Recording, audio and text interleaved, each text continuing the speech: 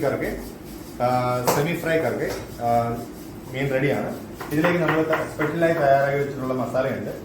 മസാല നമ്മളിലേക്ക് പേസ്റ്റ് ചെയ്യുന്നു. അതോടൊപ്പം തന്നെ ഇതിനൊപ്പം കുരുമുളകും അല്പം ഉപ്പും കൂടെ നമ്മൾ ഇതിനോടൊപ്പം തന്നെ തൂളുന്നുണ്ട്.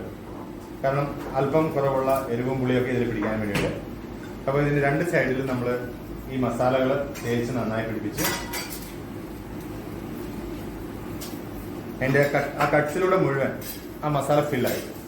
ഇപ്പോൾ ഓൾമോസ്റ്റ് നമ്മുടെ മസാല ഫുള്ളായിട്ട് ഇതിനകത്ത് ഫില്ലായിട്ടുണ്ട്. അപ്പോൾ ഇനി അടുത്താണ് നമ്മൾ വാഴയിലേക്കുള്ളിൽ തന്നെ ഇതിനെ പൊതിയുന്നു. പൊതിയുമ്പോൾ ഓട്ടോമാറ്റിക്കലി വാഴയിലയുടെ ഫ്ലേവറും കാര്യങ്ങളൊക്കെ മീനിലേക്ക് ചേരും. അതിനുശേഷം നമുക്കിത് നമ്മുടെ തവയിൽ പൊള്ളിക്കണല്ലോ. അപ്പോൾ അതിനായിട്ട് നമ്മൾ എന്ത് ചെയ്യുന്നു, ഇതിനെ നമ്മൾ ഫോയിലിൽ പാക്ക് ചെയ്യുന്നു.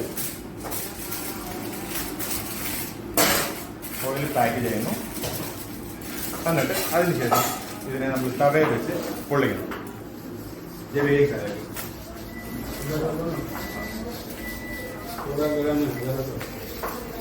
ये परोठा बनाने वाला तवा है.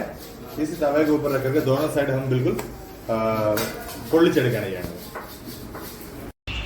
അപ്പൊ നമ്മുടെ കരിമീൻ പൊള്ളിച്ചത് റെഡിയാണ്. ഇത് നമുക്ക് കഴിക്കാൻ എങ്ങനെയാണെന്ന് കൊടുക്കാം. ആക്ച്വലി വാഴയില നന്നായിട്ട് പൊതിഞ്ഞിട്ടുണ്ട്. ഇപ്പോൾ തവയിൽ നമ്മുടെ പൊറോട്ട ഉണ്ടാക്കുന്ന കല്ല് വെച്ച് നന്നായിട്ട് ഉള്ളി ചൂടായി നന്നായിട്ട് വാമായിട്ടുണ്ട്.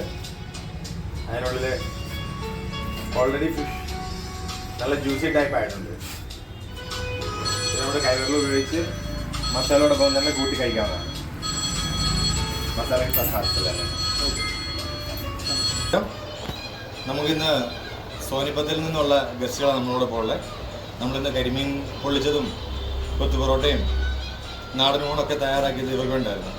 അപ്പോൾ അവരോട് തന്നെ ചോദിക്കാം ഇന്നത്തെ ഫുഡും കാര്യങ്ങളൊക്കെ എങ്ങനെ ഉണ്ടായിരുന്നു എന്നുള്ളത്. എങ്ങനെ ഉണ്ടായിരുന്നു കരിമീൻ പൊള്ളിച്ചതും? എല്ലാം അടിപൊളിയായിരുന്നു, സൂപ്പറാണ്, നല്ല ടേസ്റ്റാണ്. आपको कैसा लग रहा है खाना? बहुत अच्छा, मेरा फर्स्ट टाइम एक्सपीरियंस है, it was very good. Thank you so much. അപ്പോൾ വീണ്ടും പുതിയ വിഭവങ്ങളൊക്കെ ആയിട്ട് വീണ്ടും കാണാം. Bye bye.